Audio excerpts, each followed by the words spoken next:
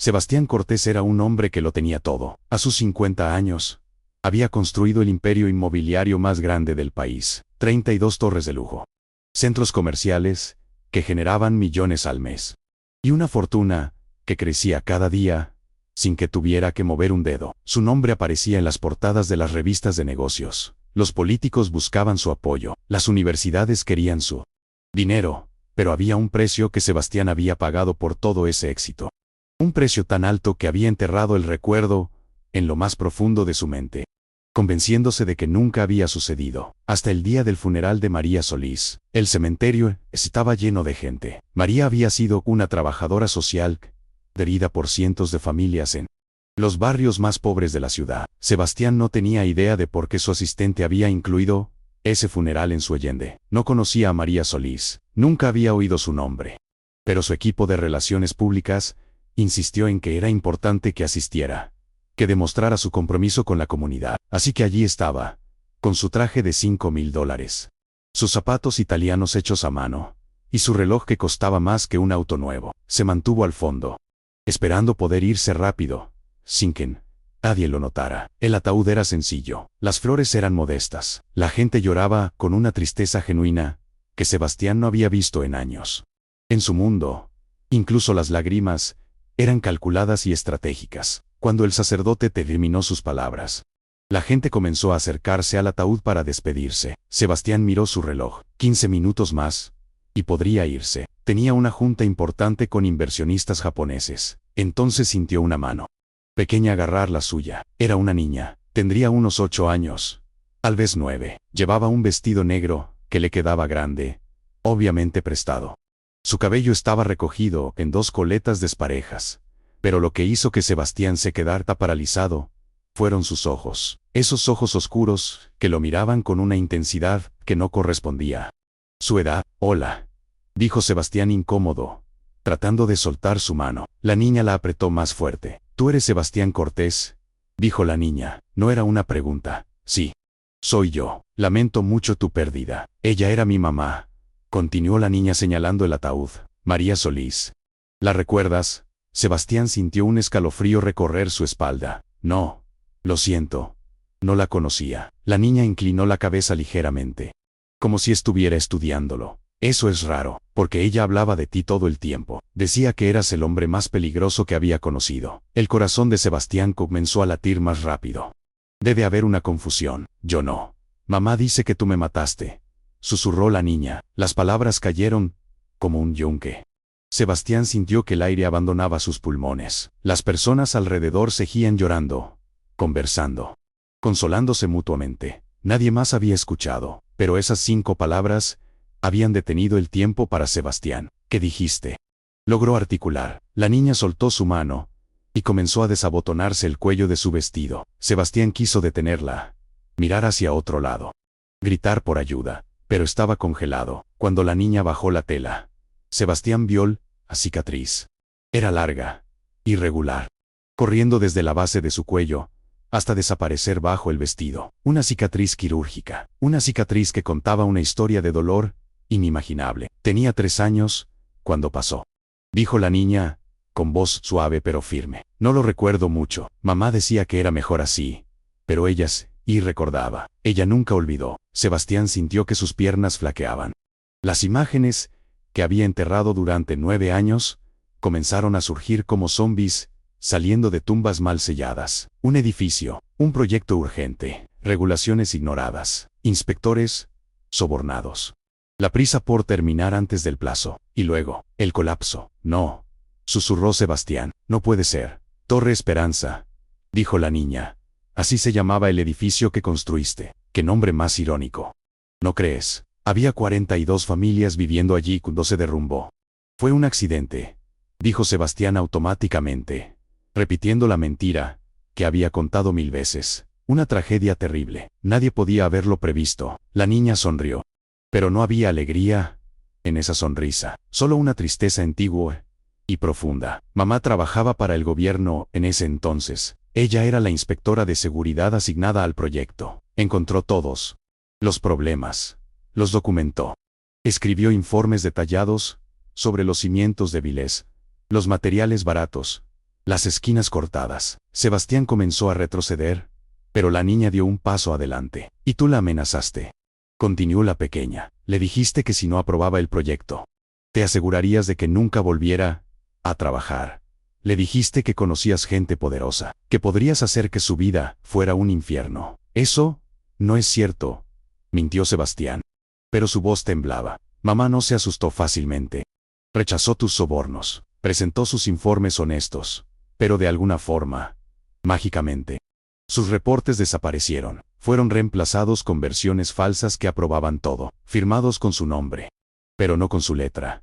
La multitud alrededor comenzó a dispersarse. Pronto estarían solos, la niña y él, junto al ataúd de la madre muerta. Cuando el edificio colapsó, 6 meses después, continuó la niña. 42 familias perdieron todo, 17 personas murieron. Yo estaba dentro. Tenía 3 años. Un pedazo de concreto me aplastó el pecho. Sebastián cerró los ojos. Pero eso solo hizo que las imágenes fueran más vívidas. Recordaba la llamada, el pánico, las reuniones de emergencia con abogados, la estrategia cuidadosamente construida para desviar la culpa, los testigos pagados para que cambiaran sus historias, los expedientes que desaparecieron misteriosamente. Los médicos dijeron que no sobreviviría, dijo la niña tocando su cicatriz. Pero mamá no se rindió.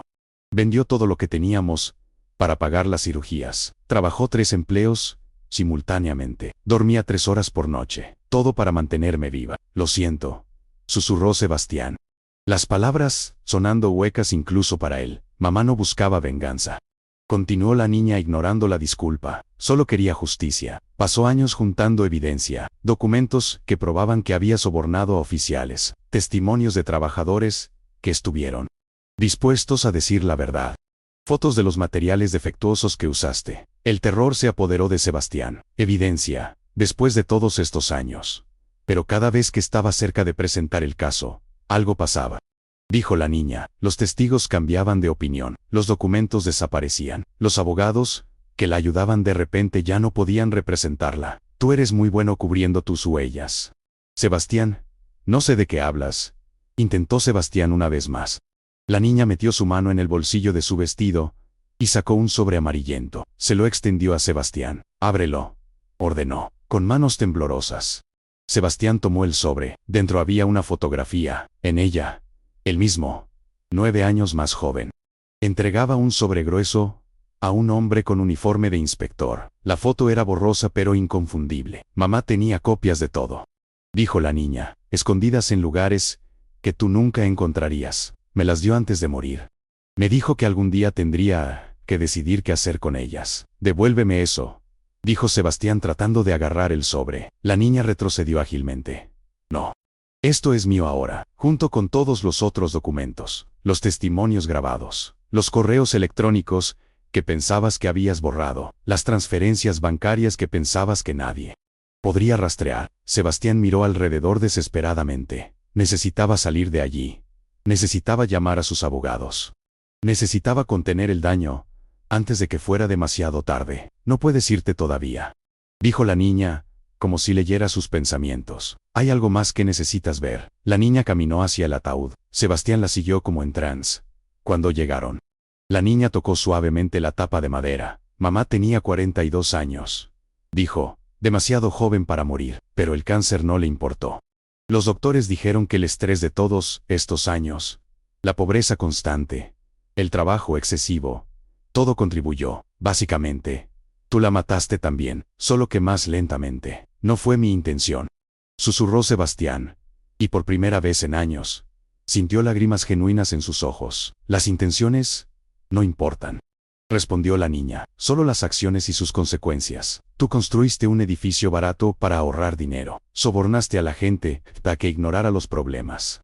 Y cuando colapsó, usaste tu poder para asegurarte de que nunca pagaras el precio. ¿Qué quieres de mí?, preguntó Sebastián derrotado. La niña lo miró durante un largo momento. Todavía no lo sé. Mamá me dijo que cuando llegara este momento, cuando finalmente te enfrentara, sabría qué hacer. Pero ahora que estoy aquí, mirándote, solo veo a un hombre asustado, que ha pasado casi una década huyendo de la verdad. Puedo compensarte, dijo Sebastián rápidamente. Dinero, lo que necesites. Puedo pagarte 1 millón, 2 millones, lo que sea que. La niña levantó su mano para silenciarlo. Mamá era pobre pero nunca estaba en venta. Y me enseñó que yo tampoco lo estoy. ¿Entonces qué? Gritó Sebastián con desesperación. Vas a destruirme. Vas a llevar toda esa evidencia a la policía. No lo sé. Respondió la niña honestamente. Tal vez, o tal vez haya otra forma. Mamá siempre creía en las segundas oportunidades. Decía que incluso las personas que hacen cosas terribles pueden cambiar si realmente quieren. Yo quiero cambiar, mintió Sebastián. La niña sacudió la cabeza. No. Todavía no quieres. Todavía estás pensando en cómo salir de esto, en cómo protegerte, en cómo hacer que esto desaparezca. Pero cuando estés listo, cuando realmente estés listo para enfrentar lo que hiciste, me encontrarás. ¿Cómo te encontraré?, preguntó Sebastián. La niña sonrió misteriosamente. Ya sabes dónde buscar. Torre Esperanza. Todos los días después de la escuela, voy a las ruinas. Es lo único que queda de mi antigua vida. Si algún día tienes el valor de ir allí, de pararte en el lugar donde morí, y luego milagrosamente volví a vivir, ahí estaré, sin decir otra palabra. La niña se alejó. Sebastián la vio unirse a un grupo de mujeres mayores que la recibieron con abrazos. En segundos, desapareció entre la multitud, dejando a Sebastián solo con sus pensamientos y el sobre amarillento que sostenía como si quemara. Sebastián salió del cementerio en un estado de shock. Su chofer lo esperaba con el auto. Pero Sebastián no podía moverse. Se quedó parado en el estacionamiento durante casi una hora, mirando fijamente el sobre. Finalmente, lo abrió de nuevo. Además de la fotografía, había una nota escrita con letra temblorosa. Sebastián Cortés, si estás leyendo esto, significa que he muerto, y mi hija Lucía ha encontrado el valor de enfrentarte. No le pedí que busque venganza, le pedí que busque justicia. Pero más que eso, le pedí que te diera lo que yo nunca pude, una oportunidad real de redención. Las 17 vidas que se perdieron en Torre Esperanza merecen más que solo tu dinero. Merecen que reconozcas lo que hiciste, que enfrentes la verdad, y que dediques el resto de tu vida a asegurarte de que nunca vuelva a pasar. La evidencia existe, las copias están seguras, pero la decisión de qué hacer con ella ahora es de Lucía, y algo me dice que ella es más sabia que tú y yo juntos. María Solís. Sebastián se desplomó contra el auto, las piernas finalmente cediendo. El chofer salió alarmado, pero Sebastián lo alejó con un gesto. Necesitaba estar solo con el peso de lo que acababa de descubrir. Los siguientes días fueron un infierno. Sebastián no podía dormir. Cada vez que cerraba los ojos, veía la cicatriz de Lucía, veía las ruinas de Torre Esperanza, veía los rostros de las 17 personas que habían muerto. Rostros que había visto en los periódicos 9 años atrás, y luego había tratado de olvidar. Su asistente notó el cambio inmediatamente. Sebastián canceló juntas, ignoró llamadas. Se quedaba en su oficina durante horas, mirando fijamente por la ventana. Desde el piso 35 de su torre corporativa, podía ver gran parte de la ciudad, incluidas las ruinas de Torre Esperanza, que nunca habían sido limpiadas o reconstruidas. Un recordatorio permanente de su crimen. Una semana después del funeral, Sebastián tomó una decisión. Le dijo a su chofer que lo dejara a 2 cuadras de las ruinas. Necesitaba caminar. Necesitaba sentir cada paso que lo llevaba hacia ese lugar maldito. Las ruinas estaban rodeadas por una cerca oxidada con carteles de peligro. La vegetación había comenzado a crecer entre los escombros. Grafiti cubría las paredes que aún se mantenían en pie. Era un monumento a la negligencia y la codicia. Sebastián encontró un agujero en la cerca y se deslizó adentro. Sus zapatos italianos no estaban hechos para caminar sobre escombros. Se torció el tobillo 2 veces, pero continuó adelante. En el centro de las ruinas, donde alguna vez estuvo el Lavi, encontró a Lucía. Estaba sentada en un pedazo de concreto roto, haciendo su tarea escolar como si fuera el lugar más normal del mundo. «Viniste», dijo ella, sin levantar la vista de su cuaderno. «Vine», confirmó Sebastián. Lucía cerró su cuaderno y lo miró. En la luz del atardecer, Sebastián pudo ver mejor su rostro. Tenía los pómulos de su madre, los mismos ojos determinados, pero había algo más.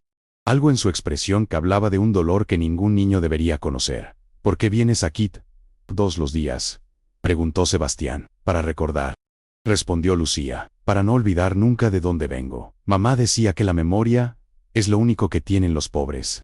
Los ricos pueden comprar lo que quieran, pero no pueden comprar sus recuerdos. Sebastián se sentó en otro pedazo de escombro, sin importarle arruinar su traje. Necesito saber, dijo, ¿qué vas a hacer con la evidencia? Lucía lo estudió durante un largo momento. Depende, ¿de qué? De ti, de si realmente puedes cambiar o si solo estás actuando para salvar tu pellejo. ¿Cómo sabré la diferencia? Preguntó Sebastián genuinamente confundido.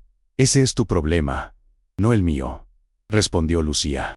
Pero te daré una pista. El cambio real duele. No es algo que puedas falsificar o comprar.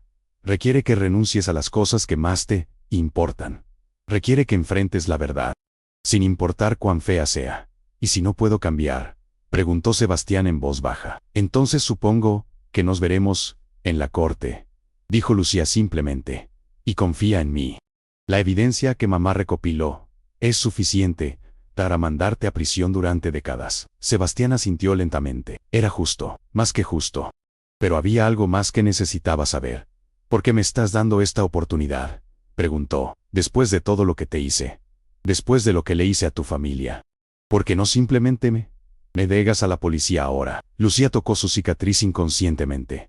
Porque mamá me enseñó que la venganza es como beber veneno y esperar que la otra persona muera. No.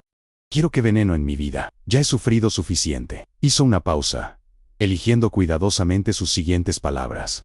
Pero también porque creo que si realmente cambias, si realmente dedicas tu vida a reparar el daño que causaste, eso hará más bien solo meterte en prisión. Las 17 personas que murieron no volverán. Pero tal vez podamos evitar que otras 17 mueran en el futuro. Sebastián sintió algo quebrarse dentro de él. Era como si una represa, que había estado conteniendo baños de culpa y vergüenza, finalmente se derrumbara. Las lágrimas comenzaron a fluir libremente por su rostro. Lo siento. Sollozó. Lo siento tanto. Cada día durante 9 años, he tratado de olvidar. He tratado de convencerme de que no fue mi culpa. Pero siempre supe que yo era el responsable. Lucía no se movió. Simplemente lo observó llorar. Sin juicio. Sin consuelo. Solo testigos, silencioso de su colapso. Cuando Sebastián finalmente se calmó, Lucía habló. Las lágrimas son un comienzo, pero solo un comienzo. Ahora viene la parte difícil. ¿Qué quieres que haga?, preguntó Sebastián limpiándose el rostro. Primero, quiero que hagas una confesión pública, completa, sin excusas, sin desviar la culpa. Quiero que el mundo sepa exactamente qué hiciste y por qué lo hiciste. Sebastián sintió pánico. Eso destruiría todo lo que he construido. Exactamente, dijo Lucía. No puedes construir una nueva vida sobre mentiras. Todo tiene que derrumbarse primero. Sebastián respiró profundamente. Está bien. ¿Qué más? Segundo, quiero que uses tu dinero y tu influencia para asegurarte de que esto nunca vuelva a pasar. Quiero que crees un programa de inspección independiente, que entrenes a nuevos inspectores, que hagas pública toda violación de seguridad que encuentres, sin importar a quién perjudique. Eso hará que mucha gente poderosa me odie, dijo Sebastián. Bien, respondió Lucía. Tal vez así aprendas que se siente cuando el poder se vuelve contra ti. Y tercero, continuó Lucía, quiero que construyas algo aquí, en estas ruinas, pero no otro edificio lujoso. Quiero un centro comunitario, salud gratuita, educación, programas después de la escuela, un lugar que honre la memoria de las personas que murieron aquí, dándoles a otras personas las oportunidades que ellos nunca tuvieron. Sebastián miró alrededor de las ruinas. El lugar lo aterrorizaba, pero sabía que Lucía tenía razón. Si realmente iba a redimirse, tenía que empezar exactamente donde había caído. Lo haré, dijo. Todo, pero necesito tiempo. Lucía sacudió la cabeza. No. La confesión tiene que ser ahora. Esta semana, si esperas. Encontrarás excusas. Encontrarás formas de suavizar la verdad. Tiene que ser ahora, mientras todavía tienes el valor. Sebastián cerró los ojos. Sabía que ella tenía razón. Si posponía esto, su instinto de supervivencia tomaría control. Encontraría formas de protegerse, de minimizar, de escapar. Está bien, dijo finalmente. Esta semana, Lucía asintió. Y yo estaré observando. Si tratas de engañar, si tratas de suavizar los hechos, la evidencia va directamente a la policía y a todos los medios de comunicación. ¿Entendido? ¿Entendido?, respondió Sebastián. Se quedaron sentados en silencio durante un rato, mientras el sol se ponía sobre las ruinas. Era extraño, pensó Sebastián. Había pasado 9 años evitando este lugar. Y ahora, sentado entre los escombros, con la niña, que casi mató, sentía más paz de la que había sentido en años. «¿Puedo preguntarte algo?», dijo Sebastián eventualmente. Lucía asintió. «¿Por qué no me odias? Tendrías todo el derecho». Lucía pensó durante un momento. «Te odié, durante mucho tiempo. Cada vez que miraba mi cicatriz, cada vez que veía a mamá trabajar hasta el agotamiento, cada vez que no podíamos pagar la renta. Te odiaba con cada fibra de mi ser». Hizo una pausa. «Pero entonces mamá se enfermó, y me di cuenta de que el odio no iba a curarla, no iba a cambiar el pasado, solo me estaba envenenando por dentro. Así que decidí que no quería ser la niña llena de odio por el resto de mi vida. Quería ser la niña que sobrevivió, que es más fuerte, que elige la justicia sobre la venganza. Eres más sabia que muchos adultos que conozco», dijo Sebastián. «Tuve que crecer rápido», respondió Lucía simplemente. «Cuando casi mueres a los 3 años, cuando ves a tu madre sacrificar todo por ti, cuando vives en pobreza, mientras el hombre responsable vive en lujo. O te vuelves amarga, o te vuelves fuerte. Yo elegí ser fuerte». El lunes siguiente, Sebastián Cortés convocó a una conferencia de prensa. Los periodistas llenaron el auditorio, esperando otro anuncio de algún proyecto nuevo y glamoroso. En cambio, lo que presenciaron fue el colapso público de uno de los hombres más poderosos del país. Sebastián se paró frente a las cámaras, sin notas, sin abogados a su lado, y confesó todo: los sobornos, los inspectores pagados, los documentos falsificados, su conocimiento de que el edificio no era seguro, su decisión consciente de seguir adelante de todas formas porque el retraso le hubiera costado dinero. Las cámaras captaron cada momento, sus lágrimas, su voz quebrándose, la sala quedándose en silencio absoluto, mientras la magnitud de su confesión se hacía evidente. «He vivido 9 años con esta culpa», dijo Sebastián. 9 años construyendo más edificios, haciendo más dinero, tratando de convencerme de que no había sido mi culpa, pero era mi culpa, completamente mía. Y es hora de que enfrente las consecuencias. Anunció que estaba estableciendo un fondo de $100 millones para las familias afectadas, que estaba donando la mitad de su fortuna personal para crear programas de seguridad en construcción, que estaba construyendo un centro comunitario en el sitio de Torre Esperanza. «Pero más que eso», continuó, «quiero que todos los empresarios que están viendo esto entiendan algo. El dinero que ahorras cortando esquinas, los sobornos que pagas para acelerar permisos, las regulaciones que ignoras porque son inconvenientes, todo eso tiene consecuencias reales. Personas reales mueren, familias reales son destruidas, y ninguna cantidad de dinero vale eso». Cuando terminó, la sala explotó en preguntas. Pero Sebastián simplemente se alejó del podio. Había dicho todo lo que necesitaba decir. Los días siguientes fueron caóticos. Algunos lo llamaron valiente por confesar, otros lo llamaron idiota por destruir su propio imperio. Los fiscales inmediatamente abrieron una investigación. Sus socios comenzaron a distanciarse. Las acciones de sus empresas se desplomaron. Pero Sebastián se mantuvo firme. Cooperó completamente con las investigaciones. Entregó todos los documentos que tenía. Nombró a cada persona que había sobornado. No protegió a nadie, ni siquiera a sí mismo. 6 meses después, Sebastián Cortés fue sentenciado a 15 años de prisión. Podría haber sido más. Pero el juez tomó en cuenta su confesión voluntaria y su cooperación completa. Antes de ingresar a prisión, Sebastián hizo una última visita a las ruinas de Torre Esperanza. La construcción del centro comunitario ya había comenzado. Lucía estaba allí, observando a los trabajadores mientras colocaban los cimientos. Esta vez, cada permiso había sido obtenido legalmente, cada inspección había sido rigurosa, cada material había sido verificado 3 veces. «Lo lograste», dijo Lucía, cuando Sebastián se acercó. «Todavía no», respondió Sebastián. «Esto es solo el comienzo. El verdadero trabajo empieza ahora». Lucía asintió. «Visitarás el centro cuando salgas». No era una pregunta. «Si me aceptan», dijo Sebastián.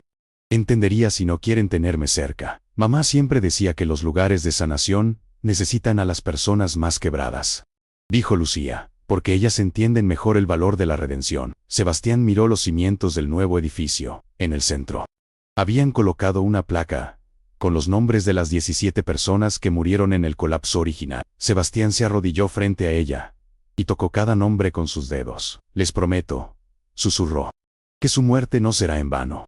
Prometo que haré todo lo posible para asegurar que ninguna otra familia tenga que pasar por lo que ustedes pasaron. Lucía se paró junto a él. Esa es una promesa muy grande, lo sé, respondió Sebastián, pero es la única promesa que importa ahora. Los 15 años en prisión fueron transformadores. Sebastián no buscó privilegios especiales, no usó su dinero para comprar comodidades. Vivió como cualquier otro prisionero, trabajó en la cocina, tomó clases, ayudó a otros reclusos a aprender a leer. Pero lo más importante, cada semana escribía cartas a las familias de las víctimas, pidiéndoles perdón, contándoles sobre el trabajo que se estaba haciendo en su nombre. Algunas familias respondieron, muchas no. Sebastián entendía. Había arrebatado demasiado como para esperar perdón fácil. Lucía lo visitaba una vez al mes. Siempre traía fotos del centro comunitario. Sebastián veía cómo crecía desde una construcción básica hasta un lugar vibrante lleno de vida.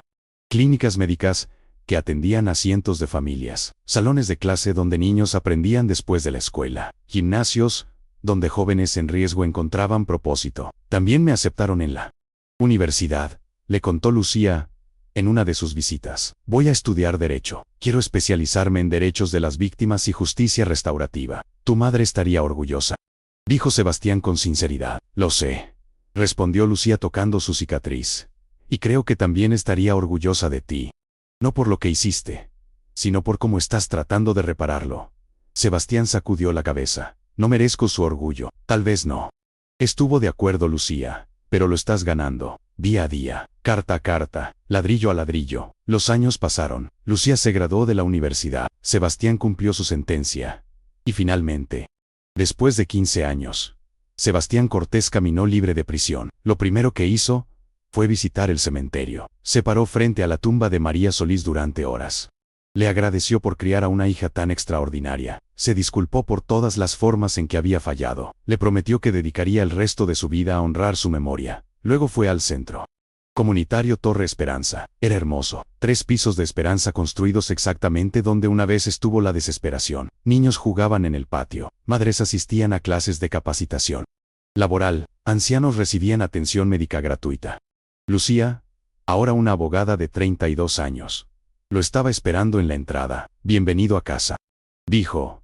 Sebastián miró el edificio con lágrimas en los ojos. No es mi hogar, es el hogar de ellos, de las personas que merecían tener esto hace 24 años. Puede ser ambas cosas, respondió Lucía. Hay una oficina para ti en el 3er piso. Si quieres, necesitamos a alguien que maneje el programa de inspección de seguridad. Alguien que entienda cómo los constructores intentan engañar al sistema. Sebastián la miró sorprendido. ¿Me dejarías trabajar aquí? Lucía tocó su cicatriz. Un gesto que Sebastián había aprendido que hacía cuando pensaba en algo profundo. Mamá me enseñó que todos merecemos una segunda oportunidad, pero también me enseñó que las segundas oportunidades se ganan con acciones, no con palabras. Has pasado 15 años demostrando que mereces esta oportunidad. Hizo una pausa. Además, nadie entienda mejor los peligros de cortar esquinas que alguien que lo hizo y vivió con las consecuencias. Puedes evitar que otros cometan tus errores. Sebastián aceptó el trabajo. Durante los siguientes años, se convirtió en el inspector de seguridad más riguroso del país. Era despiadado en sus evaluaciones. No aceptaba sobornos. No permitía excepciones. Los constructores lo odiaban, pero las familias lo amaban.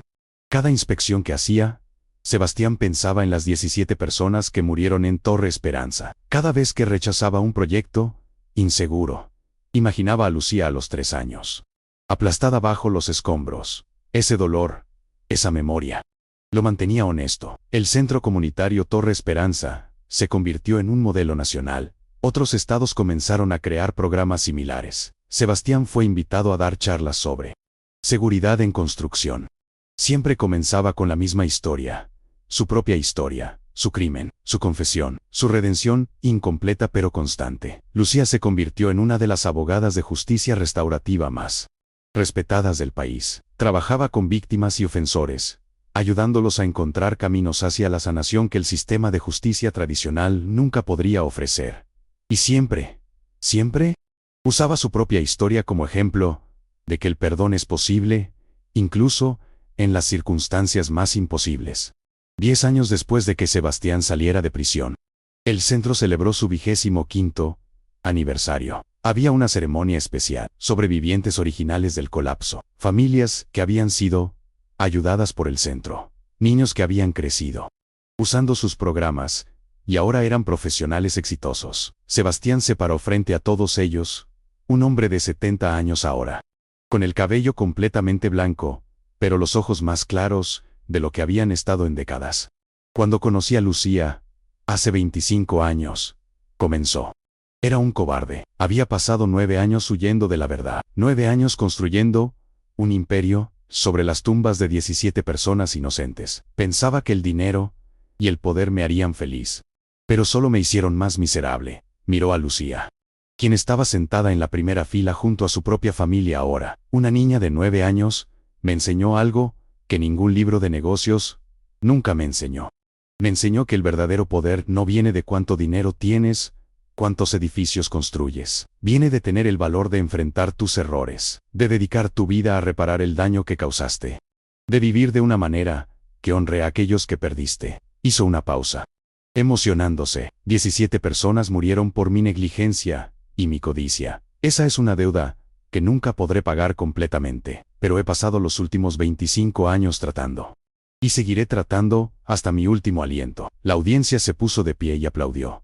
No porque Sebastián mereciera celebración, sino porque su historia demostraba algo importante, que incluso después del error más devastador, la redención es posible, si estás dispuesto a pagar el precio completo. Después de la ceremonia, Sebastián y Lucía caminaron juntos por los pasillos del centro. Pasaron por las clínicas, donde miles de personas habían recibido atención médica. Por las aulas, donde generaciones de niños habían aprendido. Por el gimnasio, de jóvenes en riesgo habían encontrado propósito. En cada habitación había una pequeña placa con los nombres de las 17 víctimas originales. Sebastián se había asegurado de eso. Quería que cada persona que se beneficiara del centro supiera en honor de quién existía. ¿Todavía piensas en ellos todos los días?, preguntó Lucía, aunque ya sabía la respuesta. Todos los días, confirmó Sebastián. Cada mañana, cuando me despierto, cada noche antes de dormir, sus rostros están grabados en mi memoria. Y eso es bueno. Necesito recordar, necesito cargar ese peso. Lucía tocó su cicatriz. Yo también. Pienso en ellos. Y en mamá. A veces todavía me enojo. Todavía pienso en todo lo que perdí. Pero entonces miro todo lo que hemos construido juntos. Y me doy cuenta de que mamá tenía razón. ¿Sobre qué? Sobre que el propósito puede surgir del dolor. Que las peores tragedias pueden convertirse en las mejores oportunidades para el cambio. Que el perdón no es debilidad, sino la forma más valiente de fortaleza. Sebastián asintió. Tu madre fue más sabia que todos nosotros. Lo fue.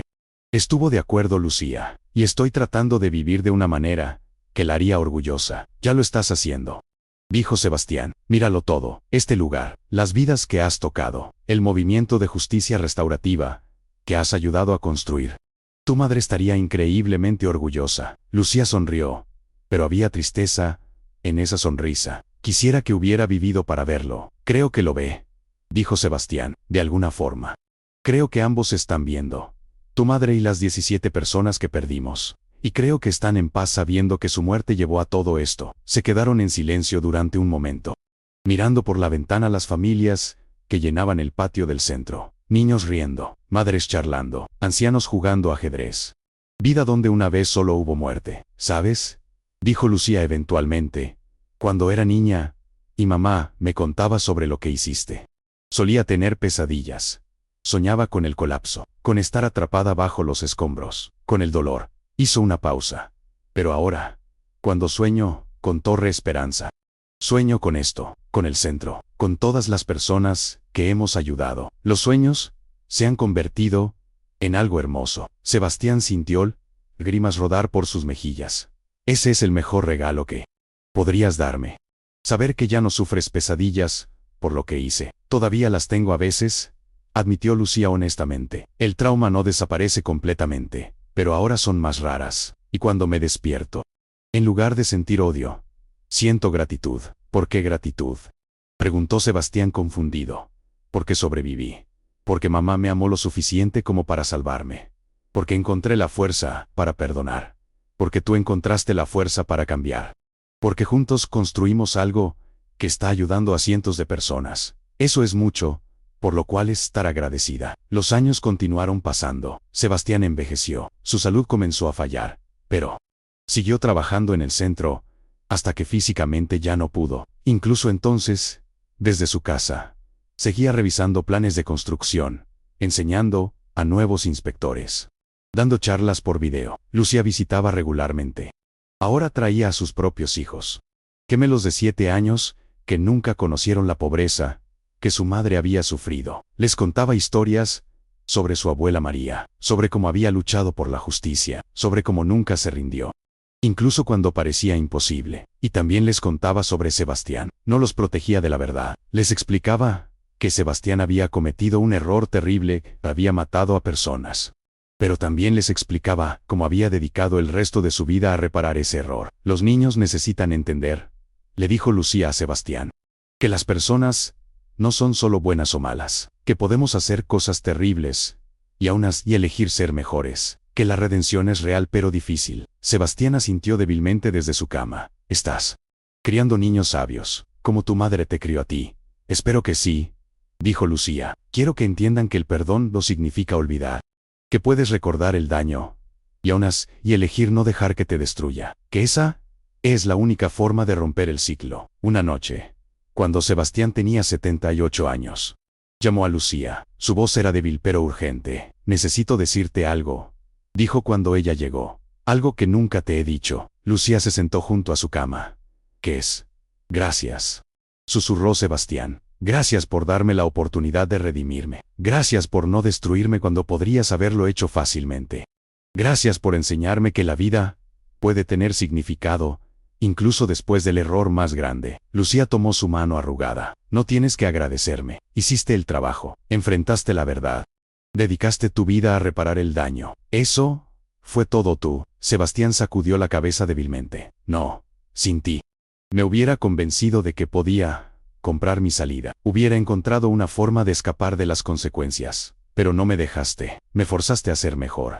Y por eso te estaré eternamente agradecido. Lucía sintió lágrimas en sus ojos. Mamá estaría orgullosa de ambos. ¿Crees que algún día la veré?, preguntó Sebastián. En el otro lado. ¿Crees que podré pedirle perdón cara a cara? Lucía sonrió a través de las lágrimas. Creo que ya la has visto. Creo que ella ha estado aquí todo el tiempo, guiándonos a ambos. Y creo que cuando llegue tu momento, ella estará allí para recibirte. No con rabia, sino con paz.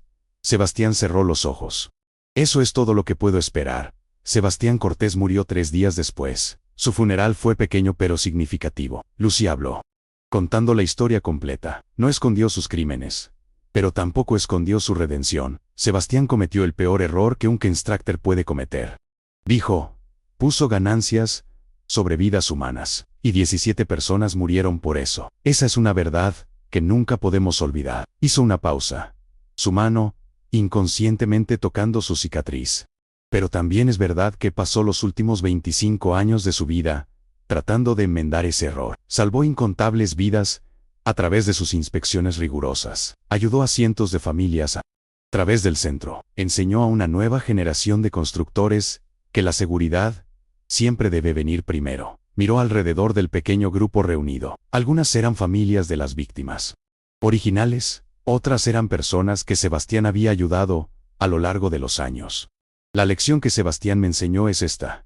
Nunca es demasiado tarde para cambiar. Nunca es demasiado tarde para enfrentar la verdad. Nunca es demasiado tarde para dedicar tu vida a reparar el daño que causaste. Será difícil, será doloroso, no borrará lo que hiciste, pero te dará un propósito que ninguna cantidad de dinero o poder podría darte. Después del funeral, Lucía fue al centro comunitario Torre Esperanza. En el lobby, junto a la placa, con los nombres de las 17 víctimas originales, añadieron otra placa. Esta listaba los nombres de las personas cuyas vidas Sebastián había salvado a través de sus inspecciones rigurosas a lo largo de los años. La lista tenía más de 200 nombres. No compensa por las 17 que perdimos, le dijo Lucía a sus hijos, mientras miraban las placas. Nada nunca lo hará. Pero demuestra que incluso después del error más grande, puedes elegir hacer una diferencia positiva. Mamá, preguntó uno de los gemelos. Tú perdonaste completamente al señor Sebastián. Lucía pensó cuidadosamente su respuesta. El perdón no es una cosa que sucede una vez. Es una elección que haces una y otra vez. Cada día. Algunos días era más fácil que otros. Algunos días todavía sentía rabia cuando miraba mi cicatriz o pensaba en mi abuela María. Entonces, ¿nunca lo perdonaste completamente?, preguntó el otro gemelo. Lo perdoné de la única forma que importa, respondió Lucía. Elegí no dejar que su error destruyera mi vida. Elegí trabajar con él para construir algo bueno. Elegí ver su humanidad, incluso después de que hizo algo inhumano. Eso es perdón, no. Significa olvidar. Significa elegir la sanación sobre el veneno. Los gemelos asintieron, tratando de entender. Algún día, cuando fueran mayores, entenderían completamente. Pero por ahora, era suficiente que supieran que el perdón era posible. Años más tarde, cuando Lucía escribió un libro sobre justicia restaurativa, dedicó un capítulo entero a su historia con Sebastián. Lo tituló La niña, el magnate y la cicatriz que cambió todo. En él, fue brutalmente honesta, sobre su dolor, sobre su rabia, sobre cómo había querido destruir a Sebastián cuando lo conoció en el funeral de su madre, pero también sobre cómo había elegido un camino diferente. Un camino más difícil pero finalmente más sanador. El libro se convirtió en lectura obligatoria, escuelas de derecho y programas de trabajo social. La historia de Lucía y Sebastián se convirtió en un caso de estudio sobre cómo la justicia restaurativa puede funcionar incluso en los casos más difíciles. Lucía dio charlas por todo el mundo. En cada una mostraba su cicatriz. Ya no la escondía. Se había convertido en parte de su identidad. Un recordatorio de dónde había venido y cuánto había sobrevivido. Esta cicatriz, decía a las audiencias, podría haber sido el final de mi historia. Podría haber sido el símbolo de una vida destruida, de un futuro arruinado. Pero mi madre me enseñó a convertirla en algo diferente, a verla como evidencia de mi fuerza, no de mi debilidad, como prueba de que puedo sobrevivir lo imposible y elegir el perdón sobre el odio.